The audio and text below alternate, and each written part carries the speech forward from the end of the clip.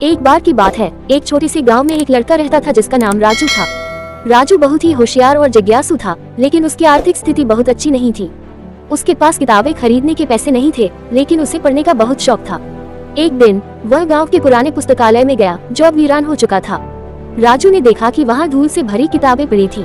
वह एक पुरानी, मोटी और सुंदर ढंग से बंधी हुई किताब की ओर आकर्षित हुआ। किताब के कवर पर सोने के अक्षरों में लिखा था, जादुई किताब। राजू ने उत्सुकता से उस किताब को खोला। जैसे ही उसने पहला पृष्ठ पलटा, किताब ने चमकना शुरू कर दिया और अचानक ही राजू एक अद्भुत संसार में पहुंच गया। वो समझ नहीं पा रहा था कि क्या हो रहा है, लेकिन वो खुद को एक विशाल महल के सामने खड़ा पाया।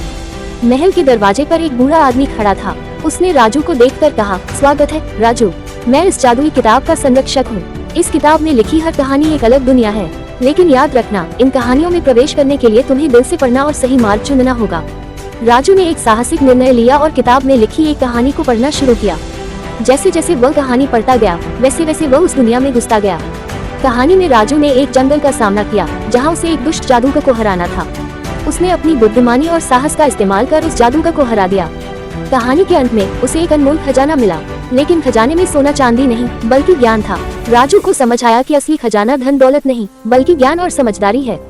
जब कहानी खत्म हुई, तो राजू वापस पुस्तकालय में लौट आया। उसने महसूस किया कि वह सिर्फ एक कहानी नहीं पढ़ रहा था, बल्कि जीवन का एक महत्वपूर्ण पाठ सीख रहा था। इसके बाद राजू ने हर रोज उस जादुई किताब से एक नई कहानी पढ़ी और हर बार कुछ नया सीखा। वह समझ गया कि जीवन में ज्ञान और अनुभव से बढ़कर कुछ नहीं है।